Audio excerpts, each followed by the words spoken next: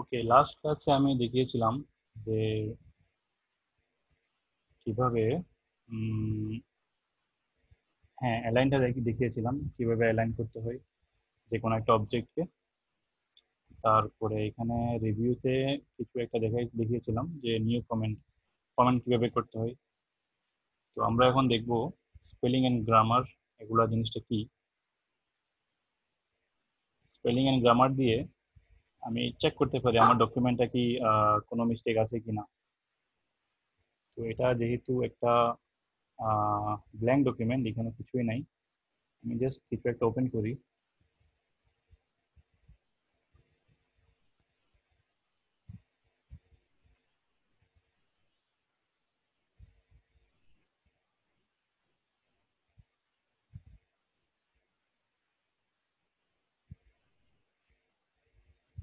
আচ্ছা, আমি চাচ্ছি যে আমার এই ডকুমেন্টটাতে কোনো মিস্টেক আছে কিনা, কোনো স্পেলিং এর মিস্টেক বা কোনো কিছু আছে কিনা। তো এটার জন্য আমি রিভিউতে যাব। রিভিউতে গিয়ে স্পেলিং এন্ড গ্রামারে জাস্ট ক্লিক করব। ক্লিক করে এটা অটোমেটিকলি চেক হবে। তো এখানে লেখা আছে spelling and grammar check complete, you are good to go. তার মানে এখানে কোনো মিস্টেক নাই।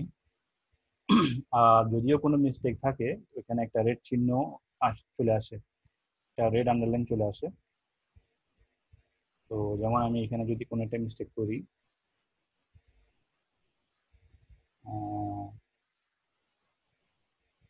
আচ্ছা দেখেন আমি গ্রামার স্পেলিংটা মিস্টেক করেছি। এখন যদি আমি স্পেলিং এন্ড গ্রামারে যাই, তাহলে আমাকে এখানে সাজেস্ট করবে গ্রামার, গ্রামার্স। হ্যাঁ, এভাবে করে আমি চেঞ্জ করতে পারি। যখন আমি চেঞ্জটা দিব, অটোমেটিকলি এটা চেঞ্জ করে দিবে। এভাবে এটা ইউজ করা যায়। তারপর এখানে আছে ওয়ার্ড কাউন্ট। ওয়ার্ড কাউন্টটা আমরা এখানে নিচেই দেখতে পারবো, 86 ওয়ার্ড আমার এই ডকুমেন্টে। তো এটা জাস্ট একটা অপশন দিয়েছে, আমি যদি ক্লিক করি পুরো স্ট্যাটিস্টিক্সটা আসবে পেজের।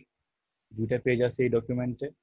ওয়ার্ড আছে 86, characters no spaces 475, with space আছে 866, প্যারাগ্রাফ আছে 35টা, লাইনস আছে 90টা। এভাবে জাস্ট কিছু ডিটেল আমরা পাবো। তারপরে ডিফাইন, এগুলা জাস্ট চেক করার জন্য, এগুলো হচ্ছে অনলাইনের জন্য, ডিকশনারির জন্য, অনলাইন যে ডিকশনারিগুলো ব্যবহার হয়। তারপরে থেসারাস, থেসারাসে গিয়ে মনে হচ্ছে যে আমি আমার কোনো একটা ওয়ার্ড বুঝতেছি না বা লেখার জন্য চাচ্ছি কিন্তু বুঝতেছি না, তখন এরা সাজেস্ট করবে যে কোনো একটা বেটার ওয়ার্ড আছে কিনা। যেমন আমরা সিনোনিম ইউজ করে থাকি ওভাবে।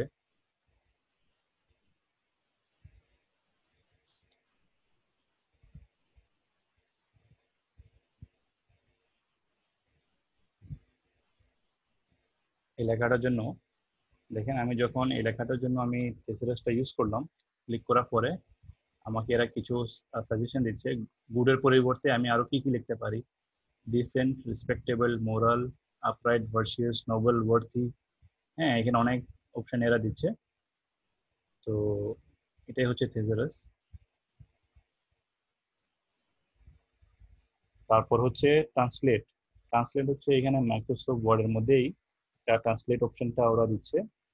ট্রান্সলেট ডকুমেন্ট, পুরো ডকুমেন্টে যদি ট্রান্সলেট করতে চাই, অথবা জাস্ট আমার যে টেক্সট এটা ট্রান্সলেট করতে চাই, আমি এটা ক্লিক করি, ট্রান্সলেট সিলেক্টেড টেক্সট। আচ্ছা, এটা দেওয়ার পরে এখানে কিছু অপশন আছে, from United states, English United states থেকে, টু এটা হচ্ছে ফ্রেঞ্চ, আমি এটা চেঞ্জ করি। আমি যদি বাংলাটা দিই, বাংলা বাংলাদেশি, এটা আমি চুজ করলাম। চুজ করার পরে এই যে একটা গ্রিন এখানে বাটন আছে, এটা আমি চুজ করলাম।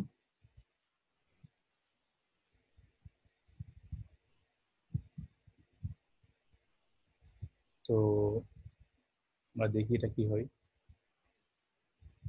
অনেক সময় এটা যদি ল্যাঙ্গুয়েজটা ইনস্টল করা না থাকে তখন এটা প্রবলেম করে।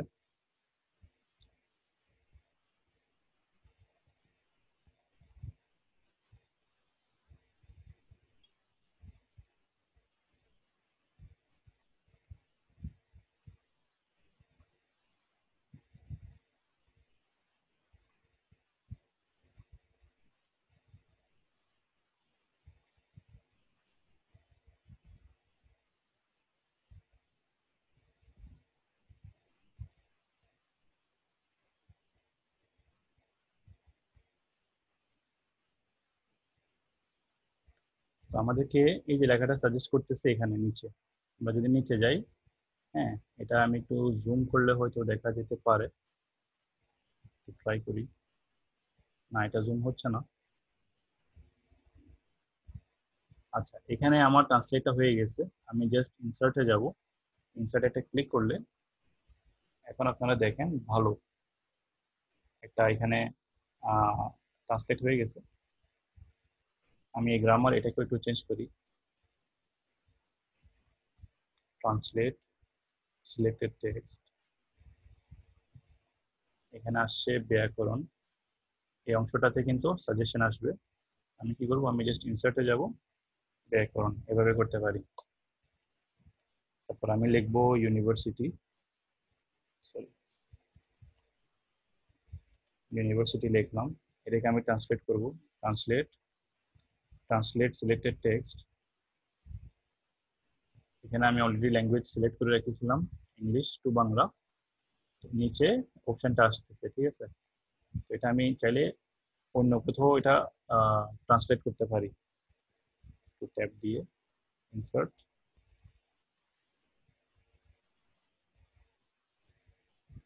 তো এটা এভাবে ইনসার্ট হয়ে গেছে।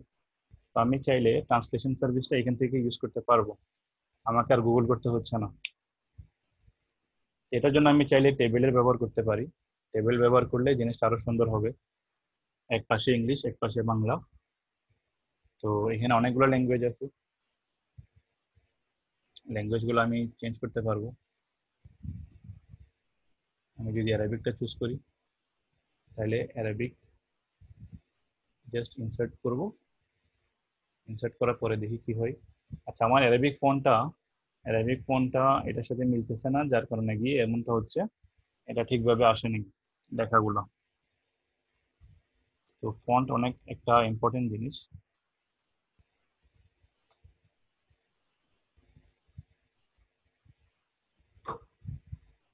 তো এইভাবে আমরা ট্রান্সলেশন সার্ভিসটা ইউজ করতে পারি।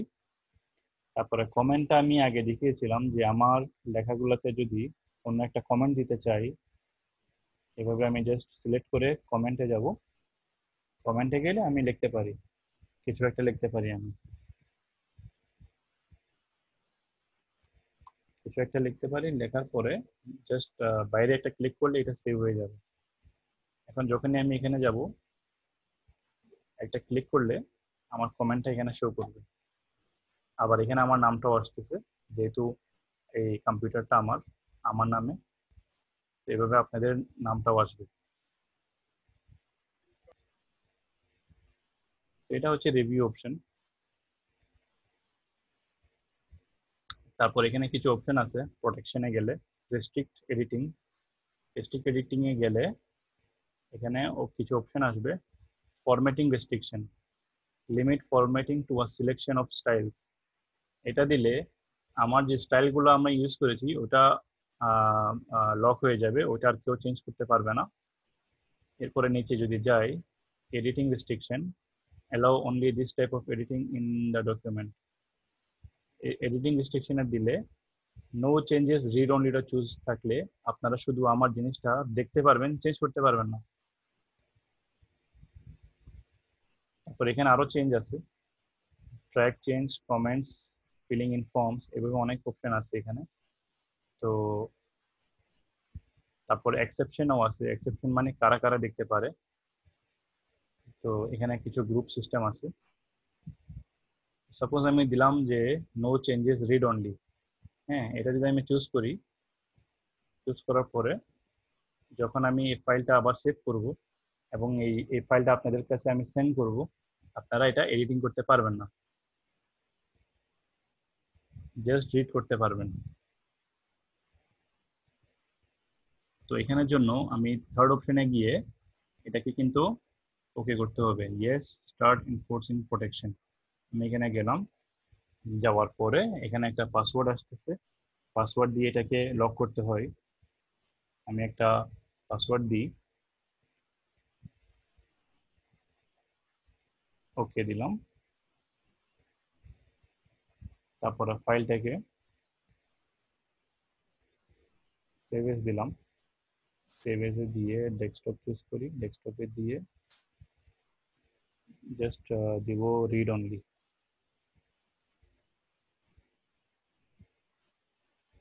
আচ্ছা, এটাকে আমি সেভ করেছি, এটা আমি একটু ক্লোজ করি, ক্লোজ করে এটাকে আবার ওপেন করার চেষ্টা করি, দেখি কি হয়।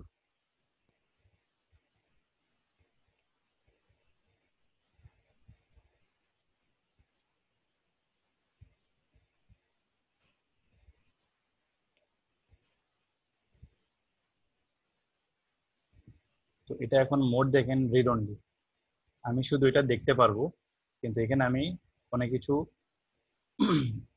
কোনো কিছু ডিলিট করতে পারতেছি না আমি। হ্যাঁ, কোনো কিছু আমি ডিলিট করতে পারতেছি না এখানে। এই ফাইলটা আমি আপনাদের কাছে একটু সেন্ড করি, আপনারাও ট্রাই করেন, কেউ এটাকে চেঞ্জ করতে পারেন কিনা কোনো কিছু।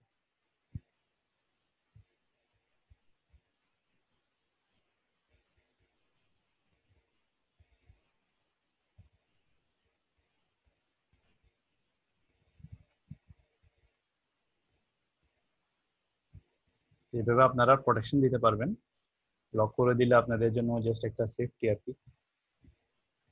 কোনো যদি কনফিডেন্সিয়াল ডকুমেন্ট থাকে, এভাবে আপনারা এই ফাইলটা আমি আপনাদের কাছে সেন্ড করলাম, ট্রাই করে দেখেন কি হয় এটাতে।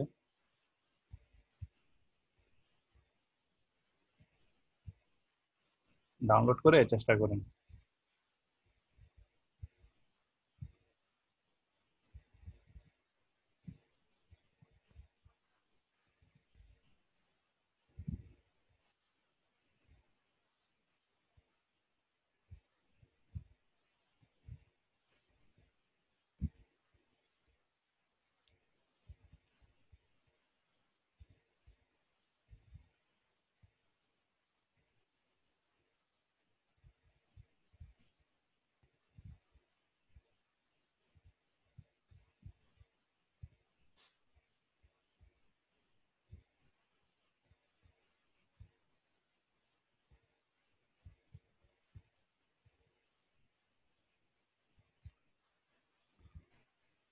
এরপর আমি ভিউতে যাই, ভিউতে গেলে আমার এখানে কিছু অপশন আছে।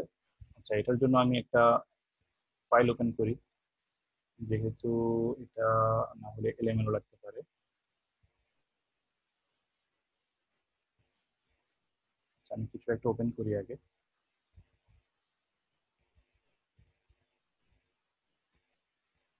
আচ্ছা, আমি এই ডকুমেন্টটাতে ভিউতে যাব, ভিউতে গেলে এখানে কয়েকটা ভিউ অপশন আছে। এগুলা কিন্তু আমরা ফার্স্ট ক্লাসে দেখেছিলাম নিচে, এই যে এখানে নিচে তিনটা যে অপশন আছে ভিউ অপশন, একটা হচ্ছে রিড মোড, একটা প্রিন্ট লেআউট, একটা ওয়েব লেআউট। এগুলো আমরা দেখতে পারি, এখন বর্তমানে এটা প্রিন্ট লেআউটে আছে। হ্যাঁ, প্রিন্ট করলে যেভাবে দেখায় ওই ওই ওই ভিউটা আমরা দেখতেছি।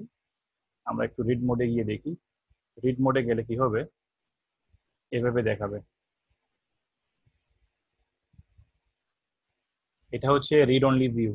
এখন আপনাদেরকে যে ডকুমেন্ট আমি সেন্ড করেছি ওটা এরকম দেখাবে আপনাকে। হ্যাঁ, তো এই মোডটাতে কিন্তু আমি এডিটিং করতে পারবো না, আমি ডিলিট করার চেষ্টা করতেছি, হচ্ছে না। এই মোডে গেলে আমি এটাকে এডিটিং করতে পারবো না।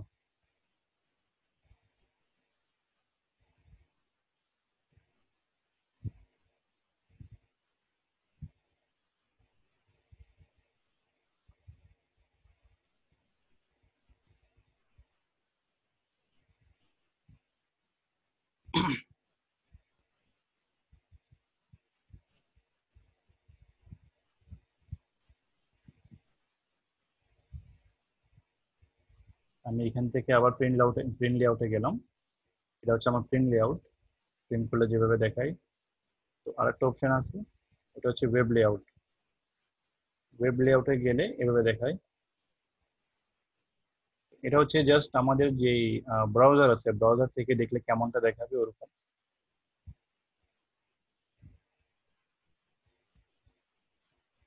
তো আমরা জাস্ট প্রিন্ট লেআউটে রাখবো। এরপরে দেখেন রুলারটা কি। রুলারটা যদি আমি আনচেক করে দিই, আমার ডকুমেন্ট থেকে রুলারটা চলে যাবে। আমার এখন কোনো রুলার নাই। আমি আবার এখানে ক্লিক করব, আমার রুলারটা চলে আসছে এখন। এটা হচ্ছে রুলার। একটা হচ্ছে আপনার হরিজন্টাল রুলার আছে, একটা ভার্টিক্যাল রুলার আছে। এগুলো আমি চাইলে আহ, এগুলো আমি চাইলে চেঞ্জ করতে পারি মার্জিন গুলা।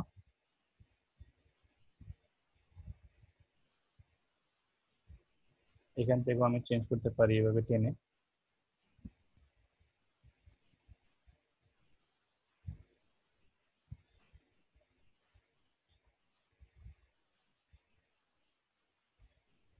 এরপর আছে গ্রিড লাইন গুলো আমাদের প্রয়োজন নেই। গ্রিড লাইন দিলে কি হবে, জাস্ট ব্যাকগ্রাউন্ডে কতগুলো গ্রিড আসবে, যেভাবে কতগুলো গ্রিড লাইন আসে, এগুলো আমাদের প্রয়োজন নেই আসলে। এরপর আছে নেভিগেশন পেনটা কি, এটা হচ্ছে আমাদের একটা শর্টকাটের মতো কাজ করবে। এখানে আমি ক্লিক করব। এখন এখান থেকে আমি পেজ, আমার যতগুলো পেজ আছে আমি এখান থেকে চুজ করতে পারবো। তারপরে হেডিং। আচ্ছা, আমরা অন্য একটা ডকুমেন্ট খুলি যেটার মধ্যে হেডিং আছে। আমার মনে হয় নাম্বার এটা গিয়ে দেখি একটু। না, এটা তো না।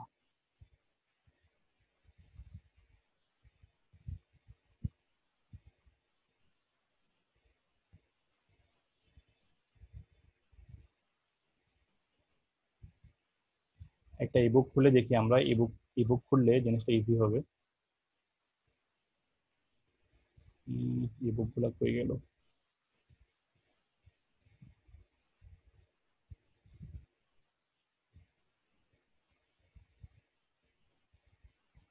এটা দেখতে পারি। পেজে গেলে দেখেন এটা আমাদের নেভিগেশন পেন। পেজে গেলে এখানে সবগুলা পেজ আমি দেখতে পারবো এক নাগারে। যেটাই ক্লিক করবো ওটা ওপেন হবে। হেডিংসে গেলে উনি যেহেতু হেডিং ইউজ করে নাই এই জন্য হেডিং দেখাচ্ছে না, এগুলো সবগুলা টাইটেলে আছে। তারপরে রেজাল্টে গেলে সার্চ করা যাবে এখান থেকে। আমি দেখি রেসিপি নামে কোনো কিছু আছে কিনা, সার্চ করে দেখি। আচ্ছা, রেসিপি নামে যে জিনিসগুলো সার্চ করেছে ওগুলো এখানে শো করতেছে। এক জায়গা, দুই জায়গা, তিন জায়গা, চারটা জায়গায় মনে হয় রেসিপিটা আছে। এখানে ক্লিক করলে দেখাবে রেসিপিগুলো কোথায় কোথায় আছে এভাবে। তো নেভিগেশন পেনটা অনেক কাজের। আমরা এখান থেকে হেডিং গুলো চুজ করতে পারি, দেখতে পারবো পেজগুলো দেখতে পারবো। এবং রেজাল্ট হচ্ছে সার্চ ইঞ্জিনে যা আছে। যেমন আমি লিখবো হেলথিটা লিখে সার্চ দিলাম। তো যতগুলো জায়গায় হেলদি আছে এখানে আসতেছে। এটা হচ্ছে পেজ নাম্বার 3-তে আছে, এটাও পেজ নাম্বার 3-তে আছে, এটাও পেজ নাম্বার 3-তে আছে, এটা পেজ নাম্বার 2-তে আছে। আমি এটা ক্লিক করলে এটা হাইলাইট করা অবস্থায় আসবে। তো নেভিগেশন পেনটা হচ্ছে এই জন্য। আমার এটা প্রয়োজন না হলে আমি এটা জাস্ট ক্লোজ করে দিব এইভাবে। ক্লোজ করে দিলাম।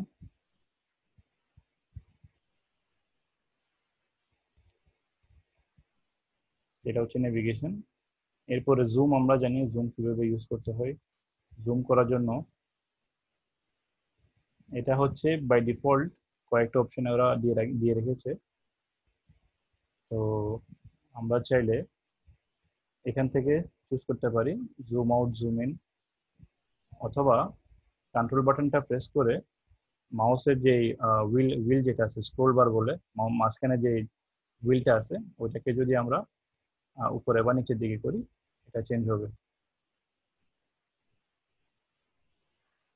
তারপর এখানে কিছু ভিউ অপশন আছে, one page, multiple page, page with. One পেজটা হচ্ছে সিঙ্গেল পেজ আমাকে দেখাবে।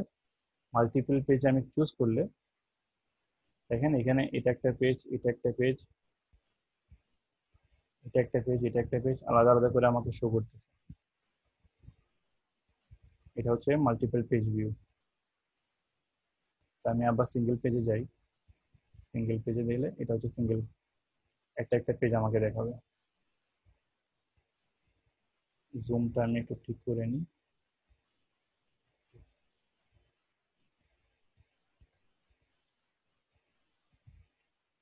এটা হচ্ছে জুম, এটাও না। আচ্ছা এখন এখানে দেখেন উইন্ডো, উইন্ডোটা কি? সাপোজ আমি এটাকে স্প্লিট করি, স্প্লিট করে দেখি, একটা পেজকে আমি দুটা উইন্ডোতে জাস্ট ডিভাইড করলাম, উপরেরটা আলাদা নিচেরটা আলাদা, এটা হচ্ছে উইন্ডো স্প্লিটিং বলে। তো এটা যদি আমি জাস্ট রিমুভ স্প্লিট দিই আবার ঠিক হয়ে যাবে। জাস্ট ভাগ করে দেবো, উইন্ডোটাকে ভাগ করে দেয় আর কি। তারপর আরো একটা অপশন আছে ভিউ সাইড বাই সাইড, এটা চুজ করলে আমি এখান থেকে আহ, আমার যে ডকুমেন্ট গুলো ওপেন আছে ওগুলো একসাথে ভিউ করতে পারবো। আমি ওকে করে দেখি। এখন এখানে কি হয়েছে, এখানে আমার দুইটা ফাইল পাশাপাশি ওপেন হয়ে আছে একসাথে।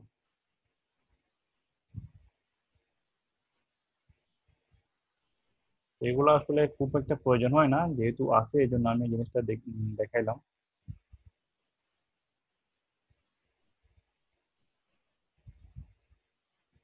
এটা আবার আগের জায়গায় চলে আসছে।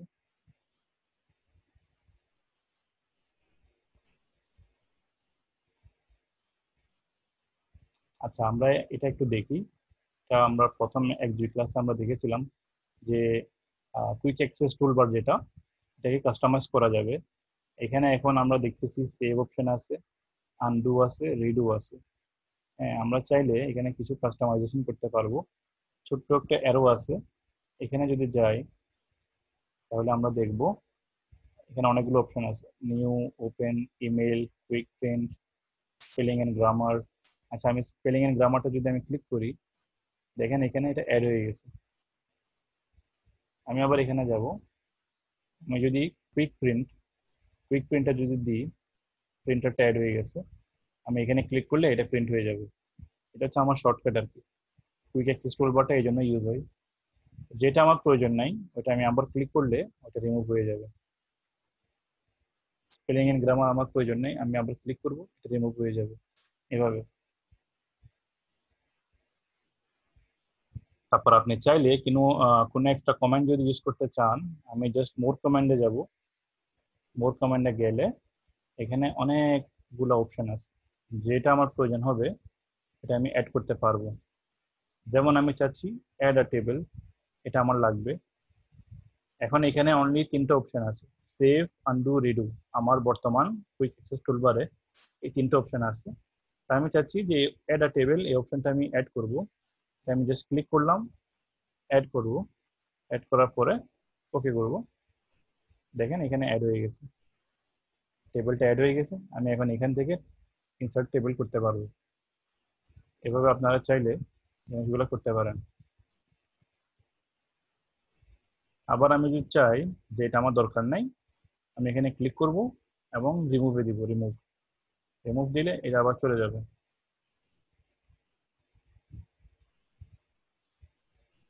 এভাবে করা যায়। এরপরে আমরা একটু ফাইলে যাই, ফাইলে গিয়ে এখানেও কিছু জিনিস আছে আমরা একটু দেখি। যেমন অপশনস, এই অপশনসটিতে আমরা একটু গিয়ে দেখি এখানে কি আছে। এখানে কিছু জেনারেল সেটিংস আছে। হ্যাঁ, তো এখানে সবগুলা হচ্ছে যে দেখেন, যেমন ইউজার নেম, ইউজার নেমটা আমার নাম দেওয়া আছে। এখানে যদি আপনাদের নাম দেন তাহলে কি হবে, এটা আপনারা যখনই কোনো একটা কমেন্ট করবেন আপনার নামটা শো করবে এখানে। হ্যাঁ এখানে কিছু অপশন আছে, স্টার্ট আপ অপশন। তারপরে আপনার ডিসপ্লেতে গিয়ে দেখতে পারেন কি কি অপশন আছে। অনেক ধরনের অপশন এখান থেকে দেখতে পারবেন। প্রিন্টিং অপশনে দেখেন প্রিন্ট ড্রয়িংস, ক্রিয়েটিং ওয়ার্ড। এটা যদি আমি ডিলিট করে দিই, হ্যাঁ তাহলে আমার ড্রয়িং গুলা প্রিন্ট হবে না। Print background colour and images, এটা এখন ডিসেবল করা আছে। এই অপশনটা যদি আমি ক্লিক করি তাহলে আমার ব্যাকগ্রাউন্ড কালারও প্রিন্ট হবে, ইমেজ ছবিগুলো প্রিন্ট হবে, যে ব্যাকগ্রাউন্ড যে কালার বা ইমেজ। এখন কিন্তু এটা ডিসেবল করা। এখন আমরা যদি প্রিন্ট করি এটা কিন্তু প্রিন্ট হবে না। তো এইভাবে অনেকগুলো অপশন এখান থেকে আমরা দেখতে পারবো। যেমন এখানে প্রুফিং এ গেলাম, এটা হচ্ছে autocorrect option. Autocorrect অপশনসে গেলে অনেক সময় কি হয়, আপনি যদি মিস্টেক করে থাকেন মাইক্রোসফট ওয়ার্ড অটোমেটিকলি আপনার মিস্টেকটাকে কারেক্ট করে দিবে। হ্যাঁ, তো এখানে অটো কারেক্ট অপশনে গিয়ে আমরা দেখতে পারি কি কি অপশন আছে বা নাই। এখানে দেখেন কারেক্ট টু ইনিশিয়াল ক্যাপিটালস, আমরা প্রথমে যে ক্যাপিটাল লেটারটা যে আমরা লিখি ওইটা ওরা ঠিক করে দিবে by default. Capitalise first letter of sentence, এটাও চুজ করা আছে। তো অনেক কিছু আছে এখানে। ক্যাপিটালাইজ নেমস অফ ডেজ, তো এখানে অনেকগুলো আছে। তারপরে ম্যাথমেটিক্স এর দিক দিয়ে অটো কারেক্ট অপশন আছে কিছু। তারপরে auto format as you type, অনেক ধরনের জিনিস আছে, এগুলো আপনাদের চাহিদা অনুযায়ী এগুলোকে ঠিক করতে হবে। তারপরে এটা হচ্ছে অটো ফরম্যাটিং। অটো ফরম্যাটিং বলতে যেমন আমি বুলেট, এটা হচ্ছে বুলেটের যে স্টাইলটা, এটা যেটা আমি চুজ করেছি এটা অটোমেটিকলি এটা রিপিট করতে থাকে বুলেট লিস্ট। ফরম্যাটিং গুলা আপনারা দেখেন স্পেসিং একদম অ্যাকুরেটলি আসে, কারণ এগুলো চুজ করা আছে অলরেডি। তো এখান থেকে অনেকগুলো অপশন আপনারা চুজ করতে পারবেন।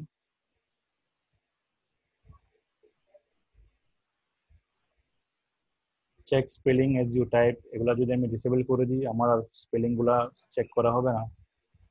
Mark grammar errors as you type, অনেক ধরনের অপশন আছে, এখান থেকে আপনারা দেখতে পারবেন। ছেলের বাড়ি কি খুঁটিয়া?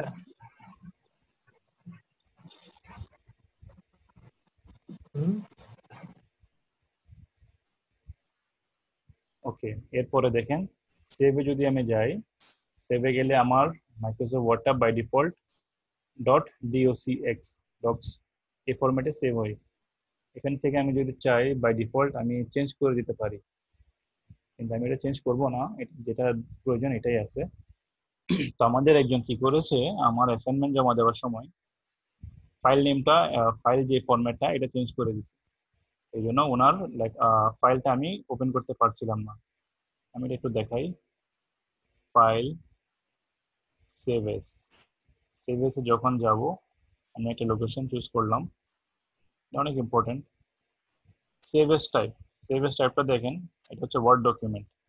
এখানে যদি আমি উল্টাপাল্টা কিছু একটা দিয়ে দিই তখন কিন্তু আমার ফাইলটা ওপেন হবে না। আরেকটা জিনিস হচ্ছে, আমি জাস্ট ফোল্ডারে গিয়ে দেখাই, যেমন এটা আমি এটা রিনেম করি, রাইট ক্লিক করে রিনেম, রিনেম করলাম। এটা ঠিক আছে, আমি একটু ফরম্যাটটাকে প্রপার্টিসে গিয়ে একটু দেখাই। অনেক সময় কি করে অনেকে ফাইল ফরম্যাটটা চেঞ্জ করে দেয়। আমাদের মাইক্রোসফট ওয়ার্ডের যেটা ডিফল্ট ফরম্যাট ওটা হচ্ছে ডট docx। এটা যদি কেউ বাই মিস্টেক ডিলিট করে দেয় বা চেঞ্জ করে দেয় তখন কিন্তু আর ফাইলটা ওপেন হবে না। এই যে দেখেন type of file Microsoft Word document dot docx, এটা যদি কেউ চেঞ্জ করে দেয় সেভ করার সময় তখন এটা ওপেন হবে না। এটা একটু খেয়াল করবেন সবাই সেভ করার সময়, এগুলো এলোমেলো করলে প্রবলেম হবে। তো অপশনস থেকে আমরা অনেক কিছু মানে দেখলাম। সেভ অপশনে গিয়ে এই অপশনগুলো আছে। তারপরে ল্যাঙ্গুয়েজ, বাই ডিফল্ট আমার এখন ইউনাইটেড স্টেটস ডিফল্ট সেট করা আছে, আমি চাইলে এগুলো চেঞ্জ করতে পারবো। অ্যাডভান্স অপশনে গিয়ে দেখতে পারি টাইপিং রিপ্লেসেস সিলেক্টেড টেক্সট, আমরা যখন কোনো একটা টেক্সট সিলেক্ট করে রাখি ওইটার উপরে টাইপ করলে অটোমেটিকলি এটা কি হবে, এটা চেঞ্জ হয়ে যাবে। তো আমরা যদি এগুলা আনচেক করি তখন কিন্তু আর হবে না। এখান থেকে অনেক অপশন আছে, এগুলো আপনারা একটা একটা দেখতে পারেন। কাস্টমাইজ রিবন, রিবনটা কি আমরা সবাই জানি, রিবনটা হচ্ছে এই যে এটা রিবন, পুরোটা এটা রিবন। তো এখানে কিছু কাস্টমাইজেশন করা যাবে, অনেক অপশন আছে এখানে, অনেক অপশন নাই। যেটা নেই আমি এখান থেকে বাম পাশ থেকে ডান পাশে নিয়ে যাব, অ্যাড করে আবার চাইলে রিমুভও করতে পারবো। যেমন এটা রিমুভ করলে রিমুভ হয়ে যাবে, এভাবে আমরা এদিক সেদিক করতে পারবো। কুইক অ্যাক্সেস টুলবারটাও এখানে ওরা ইনক্লুড করেছে। এখান থেকে আমি চাইলে আমার কুইক অ্যাক্সেস টুলবার যেটা, এখান থেকে আমি কাস্টমাইজেশন করতে পারি যেটা আমার প্রয়োজন। স্পেলিং এন্ড গ্রামার অনেক কিছু আছে, স্টাইলস, যেটা আমি চাই অ্যাড করতে পারবো, আবার চাইলে রিমুভও করতে পারবো।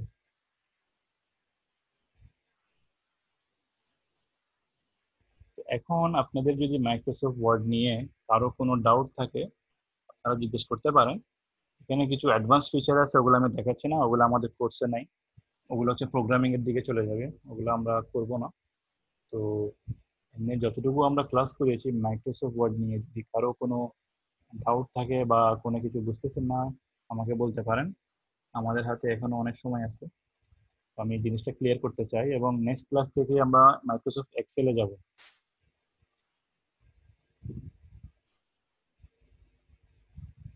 মাইক্রোসফট ওয়ার্ড নিয়ে যদি কারো কোনো প্রশ্ন থাকে করতে পারেন।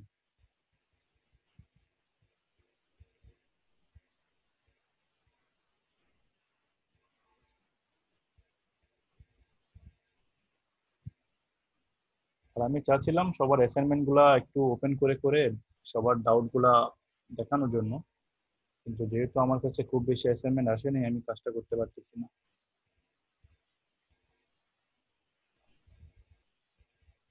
স্ক্রিনশট নেওয়াটা আরেকবার দেখাই, আচ্ছা ওকে। স্ক্রিনশট যদি নিতে চান ওইটা কি করবেন, আপনাদের যাদের লেটেস্ট উইন্ডোজ আছে ওনারা কি করবেন, কিবোর্ডের মধ্যে F12 নামে একটা বাটন আছে, F12 এর ডান পাশে দেখেন PRTSC, প্রিন্ট স্ক্রিন বলে এটাকে, এটা চেপে ধরে রাখবেন। এবং স্পেস বারের বাম পাশে দেখেন একটা অল্ট বাটন আছে, ওটার পাশে দেখতে পারবেন একটা উইন্ডোজের বাটন আছে। এই উইন্ডোজের বাটন এবং যে আপনার প্রিন্ট স্ক্রিন বাটনটা, এটা একসাথে প্রেস করলে আপনার স্ক্রিনশটটা হয়ে যাবে। আবার এটা আপনি সেভ সেভ হবে কোথায়, সেভ হবে পিকচার্স এর মধ্যে। মাই ডকুমেন্টসে গিয়ে পিকচার্সে গেলে এটা পেয়ে যাবেন। যাদের উইন্ডোজটা ভালো, উইন্ডোজ 8 বা 10, ওদের জন্য এটা কার্যকর হবে।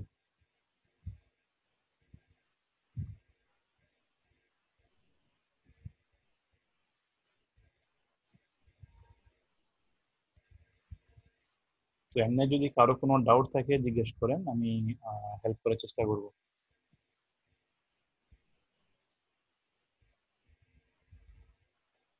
কমিটিতে আলাদা করে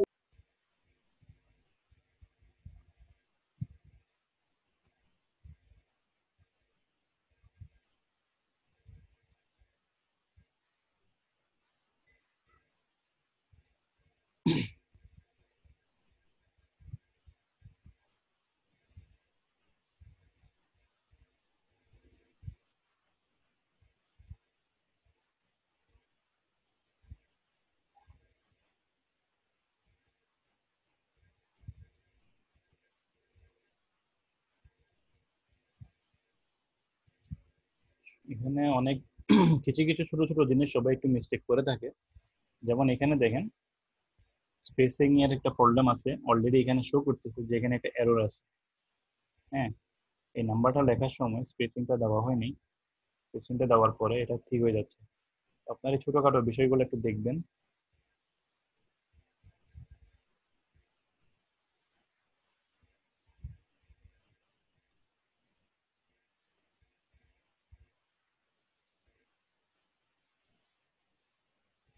তারপরে একটা পুরো অ্যাসাইনমেন্ট নিয়ে অনেক প্রবলেম হয়েছে, উনি বুকটা অনেক সুন্দর ডিজাইন করেছিল, হেডিং এর কারণে গিয়ে এটা হয়নি। উনি কি আর চেষ্টা করেছিলেন, পেরেছিলেন আপনি?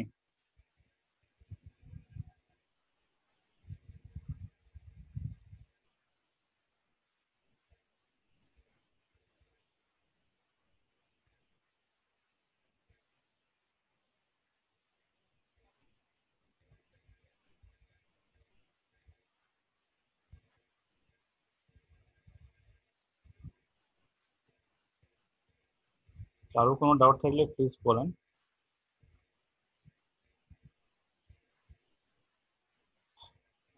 প্রবলেমটা ছিল ডাউট নেই। প্রবলেমটা ছিল ইস্পাত। ইস্পাত আপনার প্রবলেমটা কি সলভ হয়েছে? আপনার ইবুকটা কিন্তু অনেক সুন্দর ছিল, কিন্তু ওইটা প্রবলেমটা হেডিং নিয়ে প্রবলেম ছিল আর কি। আচ্ছা, আপনার ফাইলটা আমি একটু দেখি এখানে কোথায় আছে।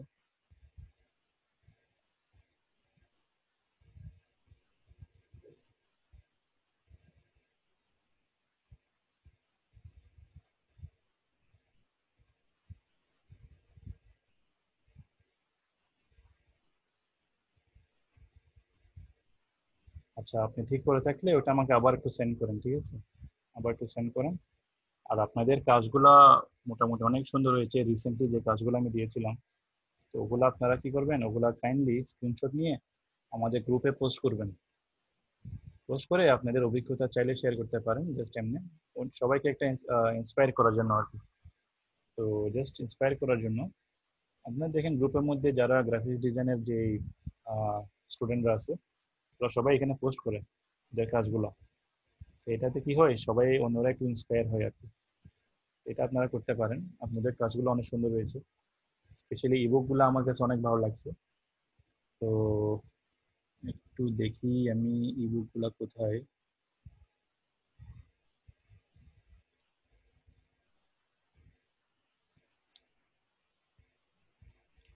আচ্ছা, এটা হচ্ছে ইস্পাত আপনার ইবুক। এটা লাস্ট ক্লাসে যে প্রবলেমটা হয়েছিল, আপনার টেবিল অফ কন্টেন্টসটা হচ্ছিল না। এটা প্রবলেম কি আমি একটু সবাইকে দেখাই। ইন্ট্রোডাকশন, এটা হেডিং 1-এ, এটা ওকে, এটা ঠিক আছে। এরপরে এই যে ডিজাইনটা করেছেন, এটা দেখেন, এটা কি, এটা এখানে কোনো একটা ডিজাইন শো করতেছে না। এটা হেডিং 1-এও নেই, 2-ও নেই, 3-ও নেই। আবার এই অংশটা, বার্গার অংশটা কিন্তু আবার হেডিং 2-তে। ক্লাব অংশটা হেডিং 2, টার্কিটা আবার হেডিং এ নাই। তার মধ্যে এখানে দেখেন, এখানে একটা হাইপারলিংক দেওয়া আছে। কন্ট্রোল এবং ক্লিক করলে একটা ওয়েবসাইট ওপেন হবে। তো হাইপারলিংক গুলো ইউজ করলে আমার বুকমার্কে প্রবলেম হবে। এরপর একটু নিচে যাই, এটা একটু দেখি। এটাও আমি এখানে কোনো ডিজাইনে দেখছি না, এটা এলোমেলো হয়ে গেছে। আবার ক্লাবটাতে যদি যাই, ক্লাবটা হেডিং 2, বার্গারটাতে গেলে ওটা হেডিং 2। কিন্তু এখানে আপনার দেখেন ফন্টের যে কালারটা ওটাও ম্যাচিং নাই। আবার টার্কি, এখানে আবার হাইপারলিংক করা আছে। এটা একটা গেল। এগুলো যদি হেডিং 2 হয়, তাহলে এগুলো কি হবে? এখানে একটা ক্লিক করি,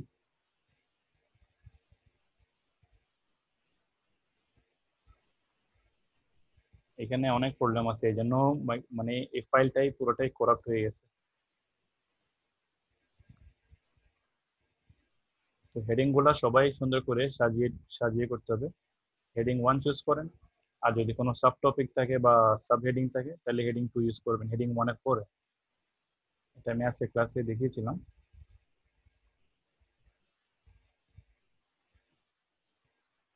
ওকে, এটা আবার একটু ওপেন করে দেখাই আমি সবাইকে। তো এখানে আমরা দেখেছি যে এটা হেডিং 2-তে আছে। এখানে গেলে আবার হেডিং 1-এ চলে আসছে, কিন্তু এটা হেডিং 1 কখনোই হবে না। আমার যদি প্রথম যে হেডিংটা বা টাইটেলটা, এটা যদি হেডিং, সবসময় হেডিং 1 হইতে হবে। এটা যদি হেডিং 1 হয়, এগুলো হবে হেডিং 2। আরেকটা জিনিস আপনারা একটু খেয়াল করবেন, যে ইনগ্রেডিয়েন্টস নামে এটাকে যদি হেডিং 1 করা হয়, তাহলে আমরা অন্য পেজগুলোতেও ইনগ্রেডিয়েন্টসটা পাবো। এই দেখেন, আবার এখানে ইনগ্রেডিয়েন্টস চলে আসতেছে। এটাও কি হেডিং 1-এ। টেবিল অফ কন্টেন্টস যখন আমি বানাবো একই নামে, হ্যাঁ একই নামে কয়েকটা অনেকগুলো হাইপারলিংক হয়ে যাবে, আর পেজ নাম্বারগুলো ডিফারেন্ট।